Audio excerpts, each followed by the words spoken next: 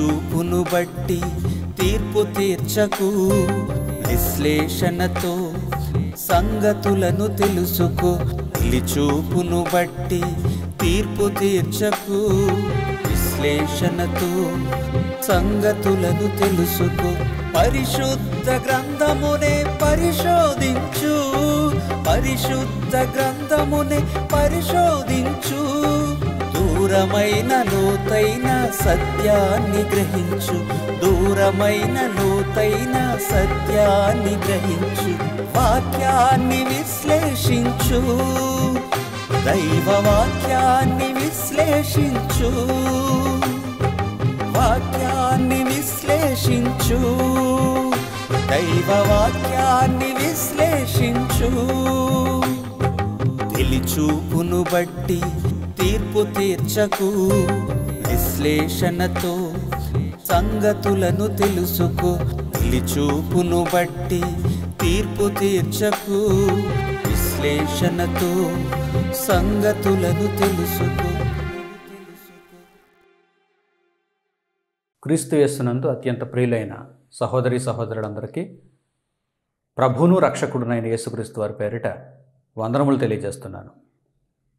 ప్రియులారా, విశ్లేషణ అనే కార్యక్రమానికి మీ అందరికీ స్వాగతం. ఈరోజు దేవుని కృపను బట్టి సమాజంలో ఉన్నటువంటి ఒక భయంకరమైనటువంటి సమస్యను దేవుని వాక్యంతో సరిదిద్దడానికి ప్రయత్నం చేస్తున్నాను. విశ్లేషణతో ఈ సంగతిని నేర్చుకొని మీరంతా కూడా దేవుని వాక్యము వలన మేలును అనుభవించాలని నేను కోరుకుంటున్నాను. ప్రస్తుత సమాజంలో ఎన్నో రకాలైనటువంటి మోసాలు మనం చూస్తున్నాం. ఎందుకంటే నకిలీలు ఎక్కువైపోయాయి. అది అసలైనదే అని ప్రకటన చేస్తూ తీరా మనం దానిని తీసుకునేసరికి అది నకిలీగా కనిపిస్తుంది. కనుక మోసపోతున్నాం. ఈ విషయంలో ఎలాంటి ప్రవర్తనను కలిగి ఉండాలో దేవుడు ఆయన గ్రంథము నుండి మానవాళికి జ్ఞానమును దయచేస్తున్నాడు. ప్రియులారా, ఈరోజు చిన్న పెద్ద అనే తేడా లేదు, చదువుకున్నవాడు చదువు లేనివాడు అనేటువంటి తేడా లేదు. ప్రతి ఒక్కరికి కూడా ఈ సమస్య భయంకరంగా వేధిస్తోంది. సామాన్యుడు మొదలుకొని గొప్పవాని వరకు ప్రతి ఒక్కరికి ఈ నకిలీల సమస్య ఉంది. ఈ మధ్య తరచుగా మనకు వినిపిస్తున్నటువంటి వార్త ఏంటంటే, ఫేస్బుక్లో మన ఖాతా వంటి మరొక ఖాతా ఒకరు తెరిచి మన పేరిట మన స్నేహితులను డబ్బులు అడుగుతున్నారు. మన ఖాతా వంటి మరొక ఖాతా వారు తెరుస్తున్నారు. అది నకిలీ ఖాతా. ఆ ఖాతాలో మన పేరే ఉంటుంది.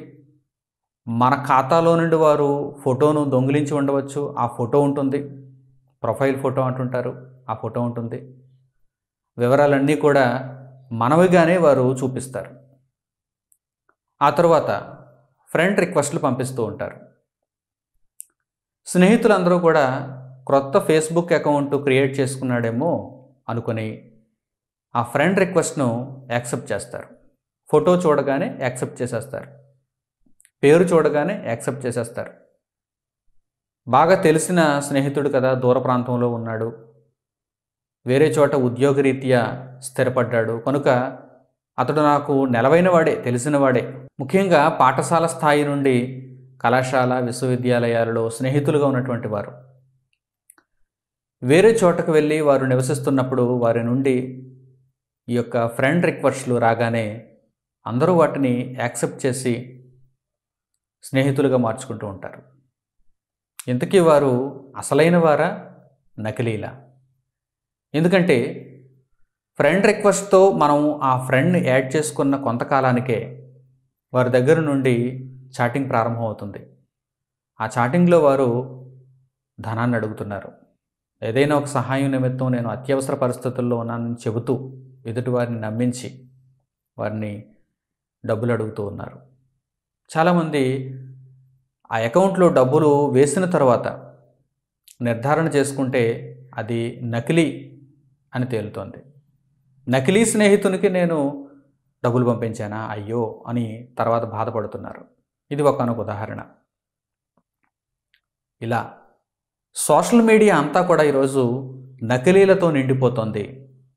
నకిలీలతో నిండిపోతుంది కనుక తస్మాత్ జాగ్రత్త. నకిలీ అకౌంట్ల విషయంలో జాగ్రత్తగా ఉండాలి. న్యూస్ మీడియా అంతా కూడా తప్పుడు వార్తలతో నిండిపోయింది. ఒక న్యూస్ కథనం ఒకలా ఉంటే మరో న్యూస్ కథనం మరోలా ఉంటుంది. ఈ రెండూ కూడా వాస్తవానికి దూరంగానూ ఉంటున్నాయి. వాస్తవానికి దూరంగా ఉంటున్నాయి. ప్రియులారా, న్యూస్ మీడియా అంతా తప్పుల తడకగా ఈరోజు మారిపోయింది. పుట్టగొడుగుల్లా ఛానల్స్ పుట్టుకొస్తున్నాయి కనుక వాటిలో వార్తలు పోటీతత్వంతో వారు ప్రచురిస్తూ ఆ వార్తలను నకిలీ వార్తలుగా, తప్పుడు వార్తలుగా వారు ప్రచారం చేయటం ప్రారంభం చేశారు. ఎందుకంటే వారికి టీఆర్పీ రేటింగులు కావాలి, ఆ తర్వాత వచ్చేటువంటి లాభం వారికి కావాలి. ప్రియులారా, వీటన్నిటి విషయంలో జాగ్రత్తను కలిగి ఉండాలి. ఒక ఫేక్ అకౌంట్ నుంచి మనకు ఫ్రెండ్ రిక్వెస్ట్ వచ్చినప్పుడు మనం జాగ్రత్తను తీసుకోవాలి. అది నిజంగా నిజమైన స్నేహితుడు నాకు పంపించినటువంటి రిక్వెస్టేనా, లేక ఎవరైనా ఒక ఫేక్ వ్యక్తి నాకు ఆ రిక్వెస్ట్ని పంపించాడా, ముందుగా మనము తనిఖీ చేసుకోవాలి. జాగ్రత్తగా చూసుకోవాలి. ఆలస్యమైనా పర్వాలేదు, జాగ్రత్త పడాలి. అలాగే మనకు వినిపిస్తున్నటువంటి వార్తల విషయంలో ప్రతి దానిలో కూడా మనకు విశ్లేషణ కావాలి, జాగ్రత్త కావాలి. ఆలస్యమైనా పర్వాలేదు, జాగ్రత్త కావాలి. అలాగే ఈరోజు అడ్వర్టైజ్మెంట్ మీడియా అంతా కూడా నకిలీలతో నిండిపోయింది. అడ్వర్టైజ్మెంట్ చేసుకోవాలి, ఎలాగైనా సరే ప్రకటన చేసుకోవాలి, నా ఉత్పత్తులను అమ్ముకోవాలనేటువంటి ఒక ఉత్సుకతతో ఈరోజు ప్రజలను మోసం చేయడానికి వారు ప్రయత్నాలు చేస్తున్నారు. అడ్వర్టైజ్మెంట్ మీడియా అంతా కూడా తప్పులతో నిండిపోయింది, నకిలీలతో నిండిపోయింది. ఏదైనా ఒక పేరెన్నిక గన్నటువంటి ఒక బ్రాండ్ పేరు వీరు ఉపయోగించుకుంటూ నకిలీని వీరు ప్రజలలోని పంపిణీ చేస్తున్నారు. ఎందరో వీటి వలన నష్టపోతున్నారు. ధనం పరంగా నష్టపోతున్నారు, ఆరోగ్యపరంగా నష్టపోతున్నారు, సమయం పరంగా నష్టపోతున్నారు, మానసికంగా ఒత్తిడికి గురవుతున్నారు. కనుక ఈ నకిలీ విషయంలో చాలా జాగ్రత్త అవసరం. ప్రస్తుత కాలంలో మరింత అవసరం. ప్రతిదీ ఆన్లైన్లో మనం చూస్తున్నప్పుడు, మనం కొనుక్కుంటున్నప్పుడు, మనం నేర్చుకుంటున్నప్పుడు, మనం వినియోగించుకుంటున్నప్పుడు నకిలీ విషయంలో చాలా జాగ్రత్త పడాలి. ఎందుకంటే ముఖాముఖిగా మనం చూసేటువంటి అవకాశం లేదు కనుక నకిలీ విషయంలో చాలా జాగ్రత్త పడాలి. అలాగే ఈరోజు రాజకీయాలన్నీ కూడా అవినీతితో నిండిపోయాయి, అక్రమాలతో నిండిపోయాయి. ఎవరు సరైన నాయకుడు విశ్లేషణ చేసుకోవాలి. ఓటు వేసేటువంటి ఆ సమయం వచ్చినప్పుడు ఎవరో ఒకరికి తొందరపాటులో ఏదో ఒక ఆకర్షణకు లోనై ఓటు వేసేయకుండా 5 ఏళ్ల పాలన లేక ఒక 10 ఏళ్ల పాలన, వారు 2 పర్యాయములు పాలన చేస్తే కనుక 10 ఏళ్ల పాలన ఎలా ఉందో ఒక్కసారి మీరు ప్రారంభం నుంచి చివరి వరకు చూసి మీరు విశ్లేషణ చేసి ఆ తర్వాత సరైనటువంటి వ్యక్తికి మీరు ఓటేయాలి. ఎందుకంటే ఈరోజు రాజకీయం అంతా అనేకమైనటువంటి దుష్ప్రభావాలతో నిండిపోయింది. దుష్టుని ప్రభావం అందులో ఎక్కువగా ఉంది కనుక జాగ్రత్త వహించాలి. టోటల్గా ఈ లోకమంతా కూడా అన్ని రంగాలలో పాపముతో నిండిపోయింది, దుష్టత్వంతో నిండిపోయింది. కనుక ఏది చేయాలనుకున్నా, మీరు ఏ అడుగు ముందుకు వేయాలనుకున్నా జాగ్రత్త అవసరం, విశ్లేషణ అవసరం.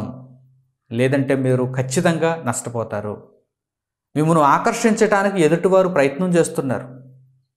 మీ యొక్క ఆకర్షణను వారు దోచుకోవటానికి ప్రయత్నం చేస్తున్నారు.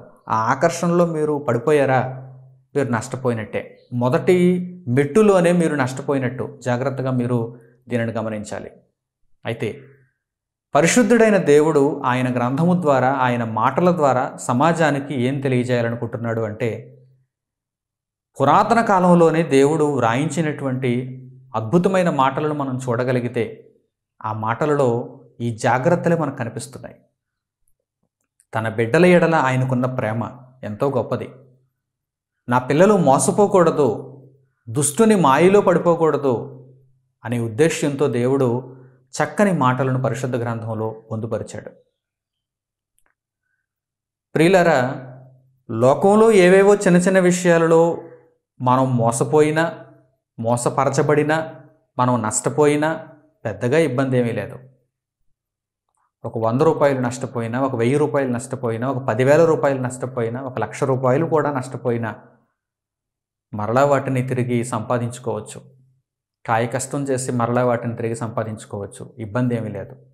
కానీ ఒక భయంకరమైనటువంటి నష్టం మన ఆత్మకు జరిగితే, అంటే మనము ఉంచకూడని నమ్మకం ఒక విశ్వాసంలో ఉంచితే, మనం నమ్మకూడని దానిని మనం నమ్మితే, మన జీవితాన్ని మనం పాడు చేసుకుంటే, దేవుడిచ్చిన ఆయుష్కాలాన్ని దేవుని కొరకు వినియోగించకుండా మనం దీనిని దుర్వినియోగపరుచుకుంటే మన ఆత్మకు చాలా నష్టం జరుగుతుంది.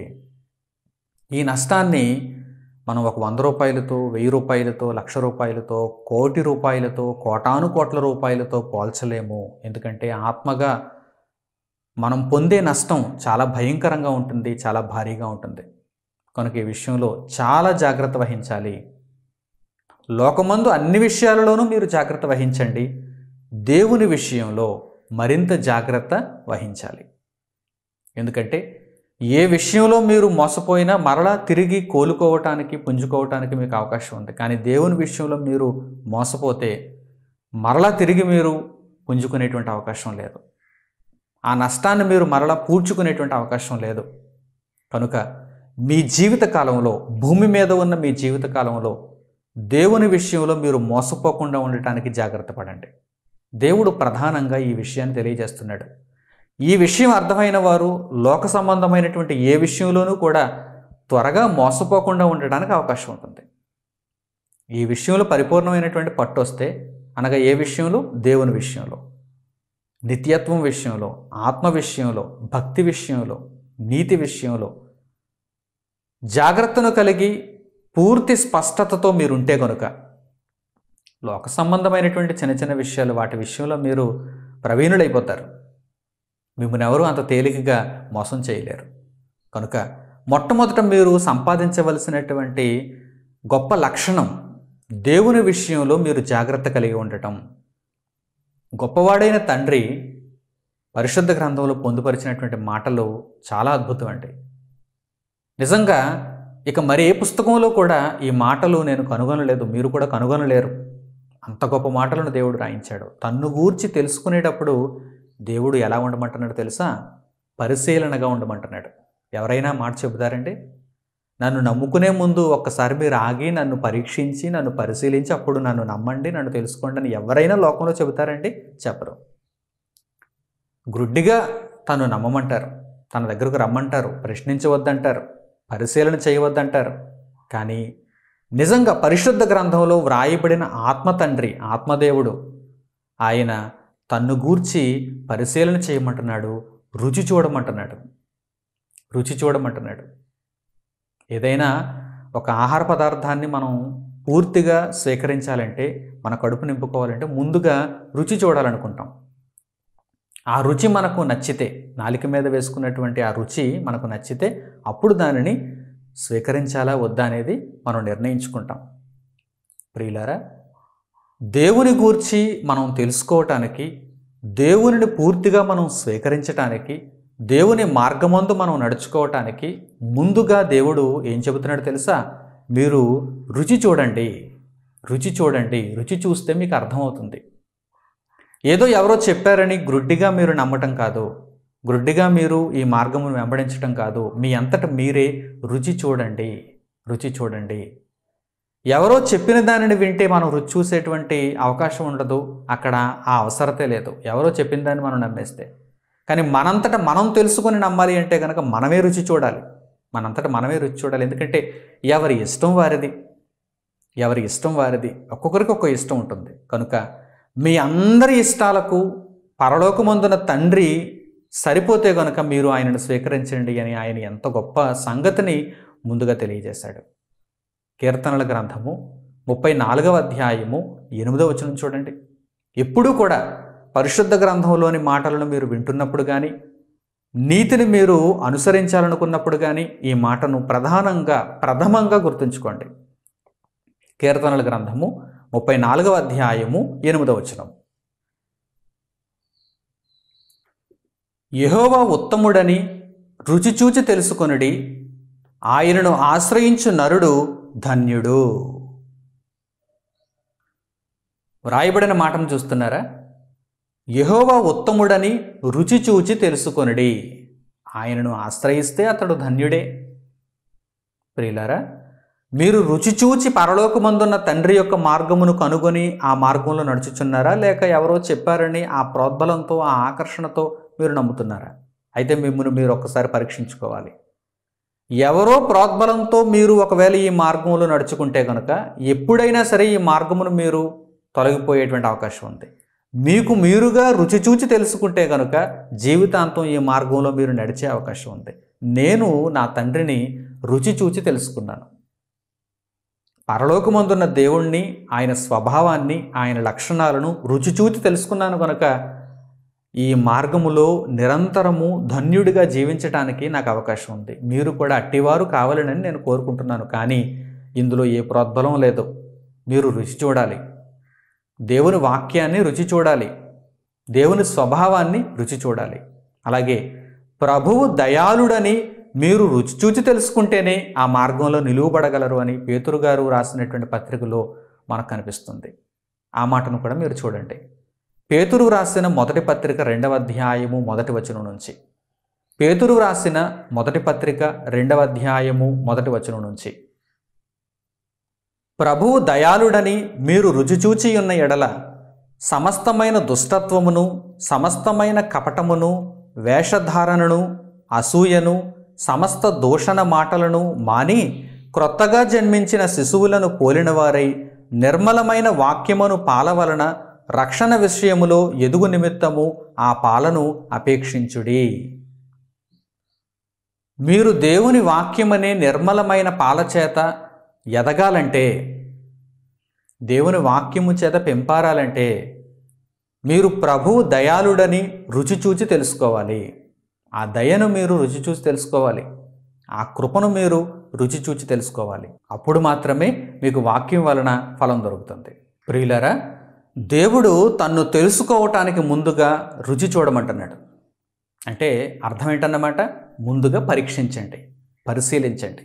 అలాగే ఆయన గ్రంథాన్ని చదివేటప్పుడు కూడా ఆయన వాక్యం, దేవుడు మనకు ఎందులో కనిపిస్తున్నాడు, దేవుడు మనకు ఎందులో అర్థమవుతున్నాడు, ఈ సకల చరాచర సృష్టిలో దేవుణ్ణి స్పష్టంగా మనం తెలుసుకోవాలంటే మన దగ్గర ఉన్నటువంటి చక్కని ఆధారం ఏంటి? ఈ సృష్టిని మనం చూస్తే దేవుని లక్షణాలు మనకు కనిపిస్తాయి. కానీ స్పష్టంగా మనం చూడాలన్నా, మనం ఏం చెయ్యాలో మనకు నేర్పాలన్నా, మనతో మాట్లాడాలన్నా మనం ఏం చూడాలి, దేనిని చదవాలి? దేవుని వాక్యాన్ని.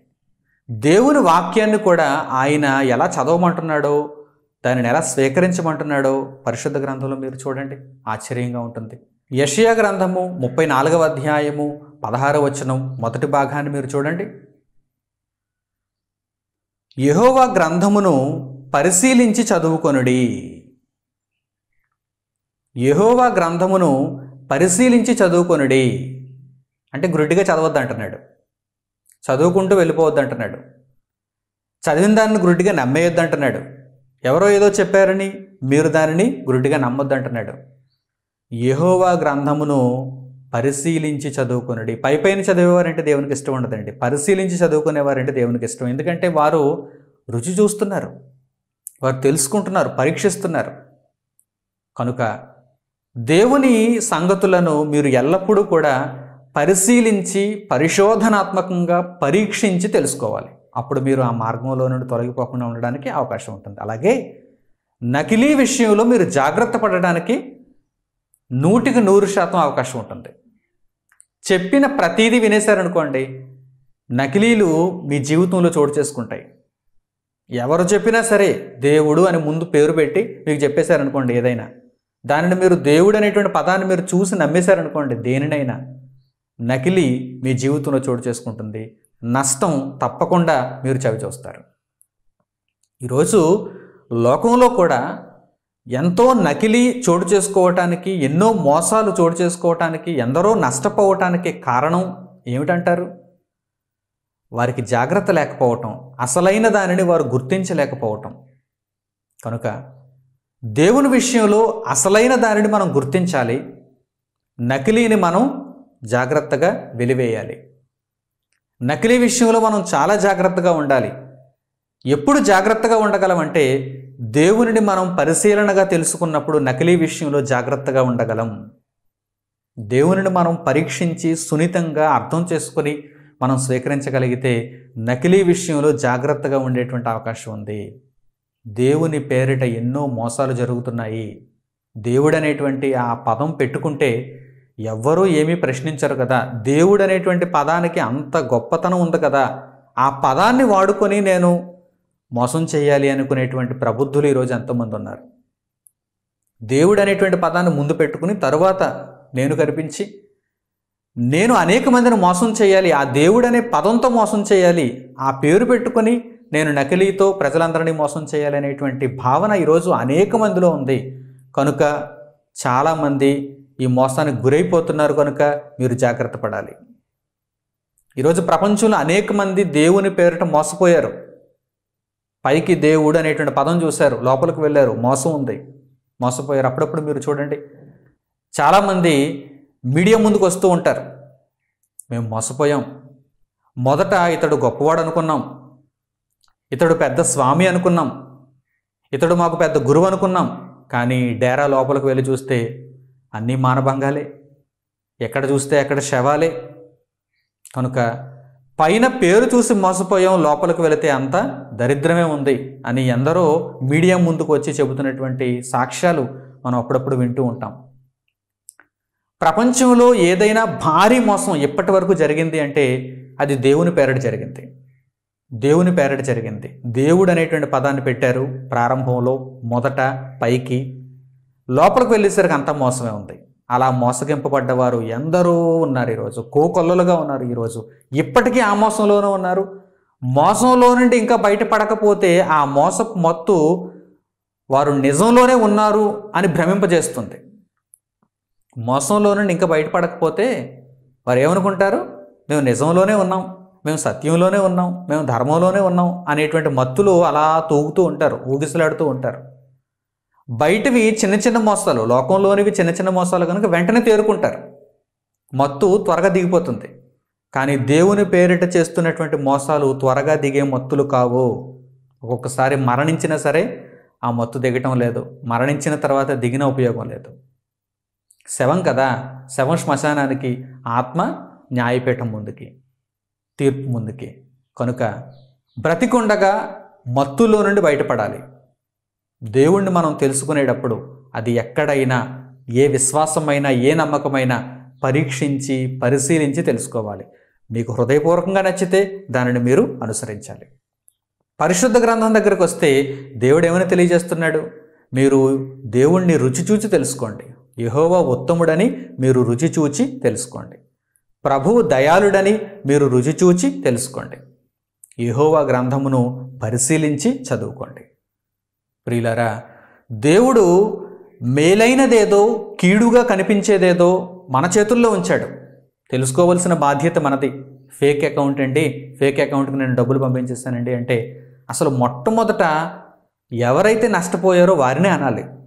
ఎందుకంటే జాగ్రత్త లేదు. మోసగించేవాడు ఈరోజు పుట్టలేదు, ఎప్పటి నుంచో ఉన్నాడు. ఆదాము దగ్గర నుండి కూడా మోసగించేవాడు మనుషుల మధ్య ఉన్నాడు, మనుషులను ఆవహిస్తున్నాడు, మనుషులను మోసగాళ్ళుగా మారుస్తున్నాడు. మోసగాళ్ళు మన చుట్టూ ఉంటారు. జాగ్రత్త ఎవరిలో ఉండాలి? మోసపోయేవారిలో ఉండాలి. మోసపోయేవారు జాగ్రత్తగా ఉంటే మోసగింపబడటానికి అవకాశం ఉండదు. ఇప్పటికే ఎన్నో విషయాలలో మీరు మోసపోయి ఉండొచ్చు. ఇకనైనా కళ్ళు తెరవండి. దేవుడు మన చేతుల్లో పెట్టాడు, దేవుడు మన చేతుల్లో పెట్టాడు. ఈ విషయం మీకు తెలుసా? ఒక్కసారి పరిశుద్ధ గ్రంథంలో వ్రాయబడిన ఆ చక్కని మాటను చూడండి. యోబు గ్రంథము 34వ అధ్యాయము 3-4 వచనాలలో దేవుడు రాయించాడు. యోబు గ్రంథము 34వ అధ్యాయము 3-4 వచనాలు. అంగిలి ఆహారమును రుచి చూచునట్లు చెవి మాటలను పరీక్షించును. న్యాయమైనదేదో విచారించి చూతము రండి, మేలైనదేదో మనంతటా మనము విచారించి తెలుసుకొందము రండి. అంగిలి ఆహారం రుచి చూస్తుంది. అంగిలి ఆహారం రుచి చూస్తుంది. మన నోట్లో వేసుకునేటువంటి ఆహారం రుచి మనకు తెలుస్తుంది కదా. అలాగే వినే మాటలను చెవి పరీక్షించాలి.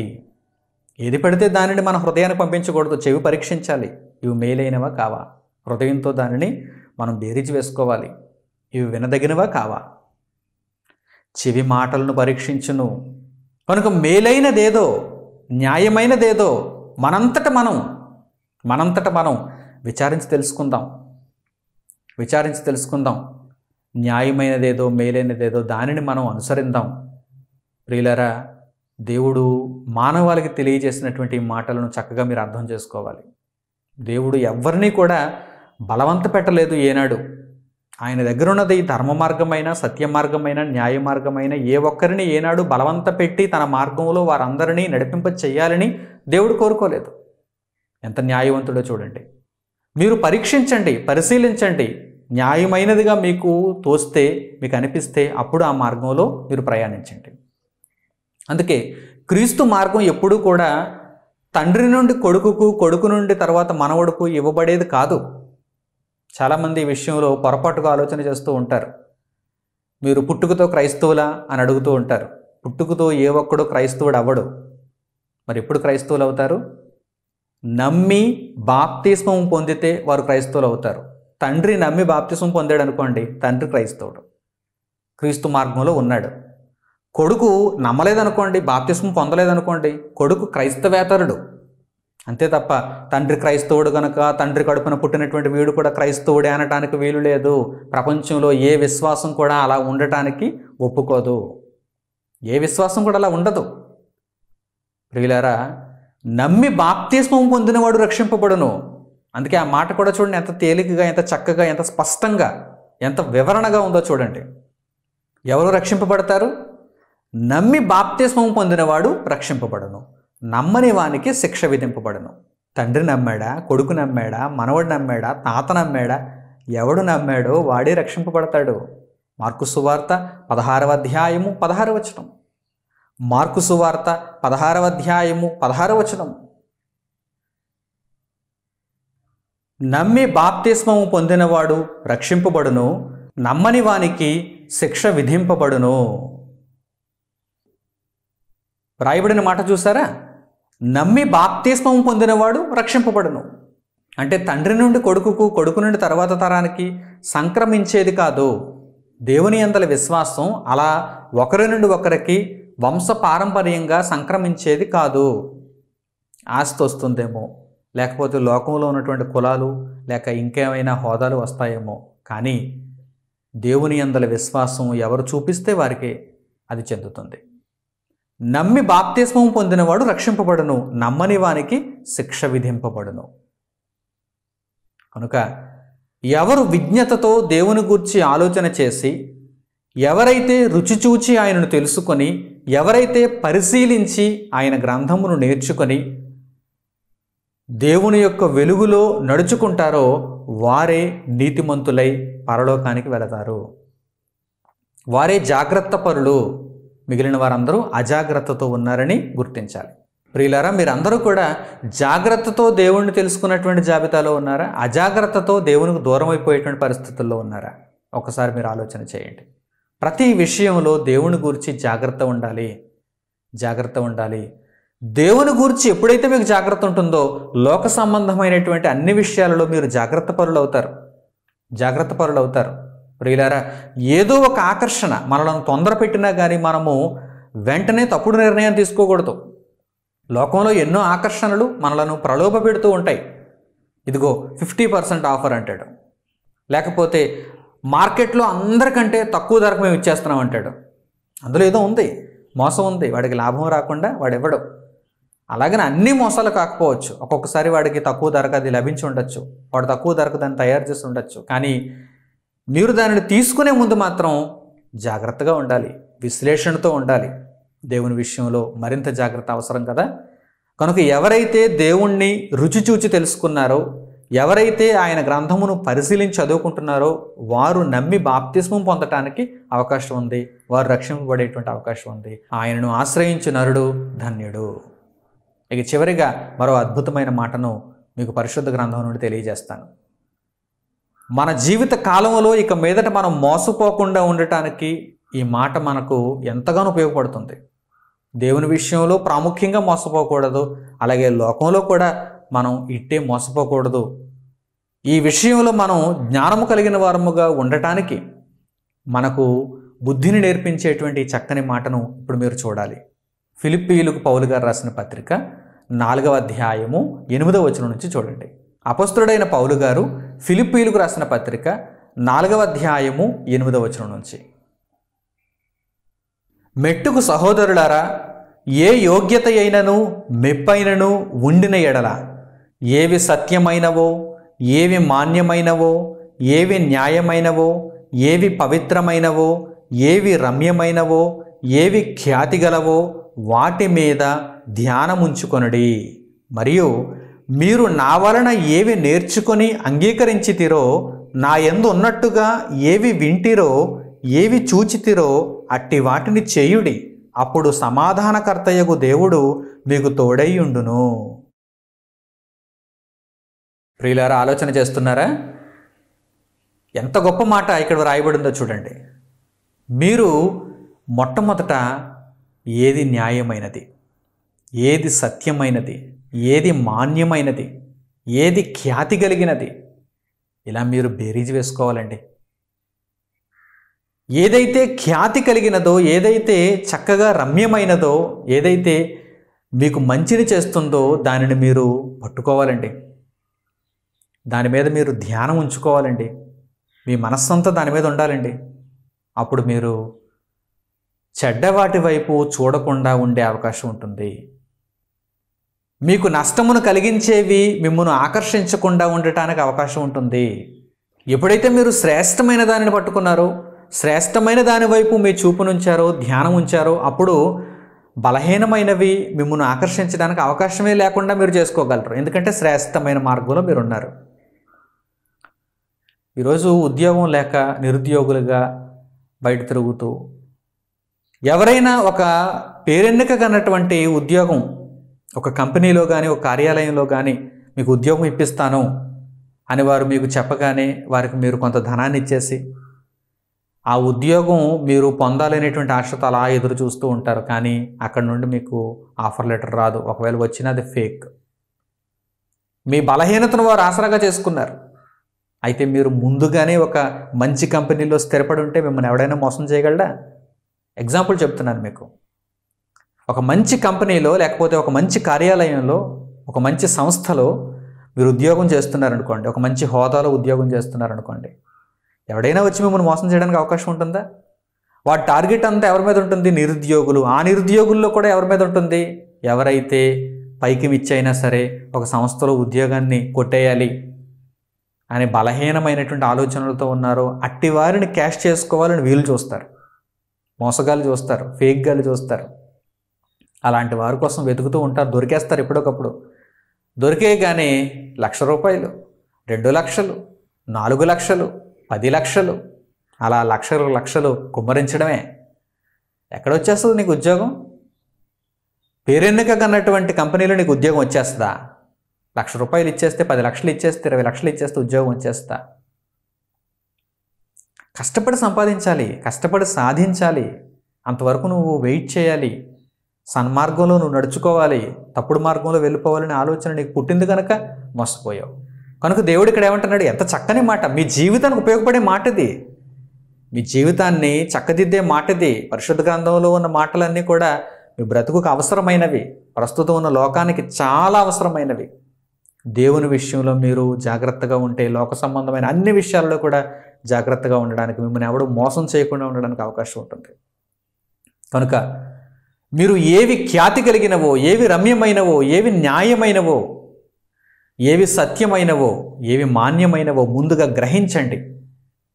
ఆ మార్గంలో మీరు స్థిరపడండి. వాటి మీద మీరు ధ్యానం ఉంచుకోండి. అలాగే పౌలు గారు ఫిలిప్పీయులతో ఏమంటున్నారు? నా వలన విని నేర్చుకున్నటువంటి సంగతులు మీరు వాటి మీద దృష్టి పెట్టండి. నేను మీ మధ్య ఎలా ప్రవర్తించానో, ప్రస్తుతం నా జీవితం ఎలా ఉందో దానిని ఒక్కసారి మీరు గమనించండి. ఆ విధంగా మీరు కూడా నడుచుకోండి. అప్పుడు ప్రభు యొక్క సహాయం మీకు తోడుగా ఉంటుంది. ప్రభు యొక్క దీవెన, ఆయన అనుగ్రహం తోడుగా ఉంటుంది. ప్రియులైన నా స్నేహితులారా, సహోదరి సహోదరులారా, చక్కగా మీరు ఆలోచన చేయండి. మానవ జీవితంలో దేవుని మాటలు మనకు ఎంత అవసరమో ఒక్కసారి మీరు గమనించండి.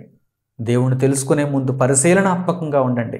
ఎవరో తండ్రి చెప్పారని, తాత చెప్పాడని, బంధువు చెప్పాడని, ఎవరో ఏదో ఆశ పెట్టారని, ఆకర్షణకు లోను చేస్తున్నారని వాటన్నింటికీ మీరు దూరంగా ఉండి మీ అంతట మీరు పరీక్షించి తెలుసుకుంటే మీకు ఏది న్యాయమో ఏది సత్యమో అర్థమవుతుంది. న్యాయమైన దానిలో మీరు ప్రయాణించండి. ఎందుకంటే దాని ఫలితాన్ని తర్వాత అనుభవించవలసింది మీరు. అది న్యాయమైనదైతే న్యాయ ఫలాన్ని అనుభవిస్తారు, అన్యాయమైనదైతే అన్యాయ ఫలాన్ని అనుభవిస్తారు. కనుక మనస్సు పెట్టి విజ్ఞతతో దేనినైనా ఆలోచించండి, ముఖ్యంగా దేవుని ఆలోచించండి. దేవుని గూర్చి చక్కగా మీరు తెలుసుకోగలిగితే చక్కని శ్రేష్టమైన ఫలాన్ని ఆత్మగా మీరు పొందుతారు. మీలో ప్రతి ఒక్కరూ కూడా చక్కని సత్యమైన న్యాయవంతమైన మార్గంలో ఉండాలని ప్రభు పేరట నేను కోరుకుంటూ, అలాగే లోకంలో కూడా మీరు మోసపరచబడకుండా మీరు అన్ని విషయాలలో కూడా జాగరూకత కలిగిన వారై ఉండాలని కోరుకుంటూ ఈ విశ్లేషణను ఇంతటితో నేను ముగిస్తున్నాను. తండ్రి అయిన దేవునికి ప్రార్థనలో ఏకీభవించండి. పరలోకమందున మా కన్న తండ్రి, మీ ఉన్నతమైన ప్రేమకు మీరు అనుగ్రహించిన జీవము కలిగిన మాటల కొరకు మా హృదయపూర్వకమైన స్తుతులు స్తోత్రములు మీకు తెలియజేస్తున్నాం.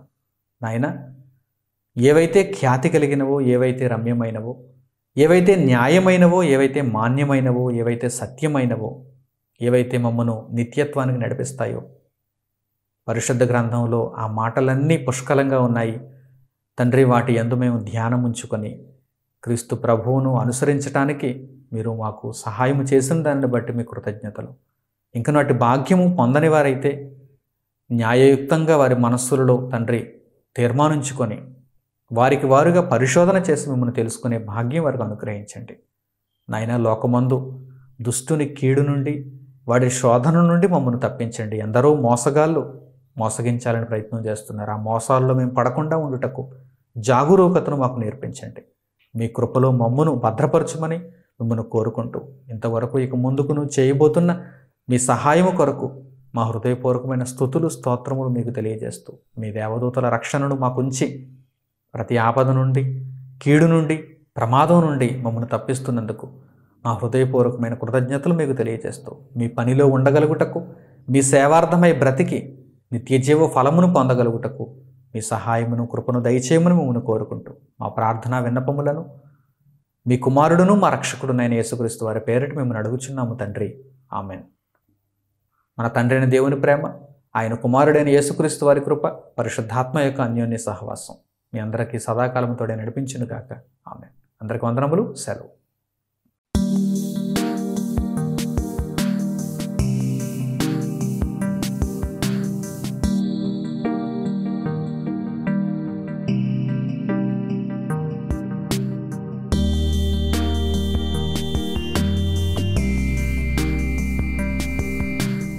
సహోదరులు మణికుమార్ గారు ప్రసంగించిన ఎన్నో ఆత్మ సంబంధమైన సంగతులను ఉచితంగా వీక్షించుటకు మా యూట్యూబ్ ఛానల్స్ను తప్పక దర్శించండి. మా సమాచారమును ఎప్పటికప్పుడు తెలుసుకొని ఆత్మీయ అభివృద్ధిని అందవలనంటే మా యూట్యూబ్ ఛానల్స్ను సబ్స్క్రైబ్ చేసుకోండి. సత్వర నోటిఫికేషన్ల కొరకు సబ్స్క్రైబ్ బటన్ ప్రక్కన ఉన్న బెల్ సింబల్ను క్లిక్ చేయండి. మరిన్ని వివరాలకు మీరు సంప్రదించవలసిన మా ఫోన్ నంబర్స్ 8978414178 మరియు 83392766. ధన్యవాదములు.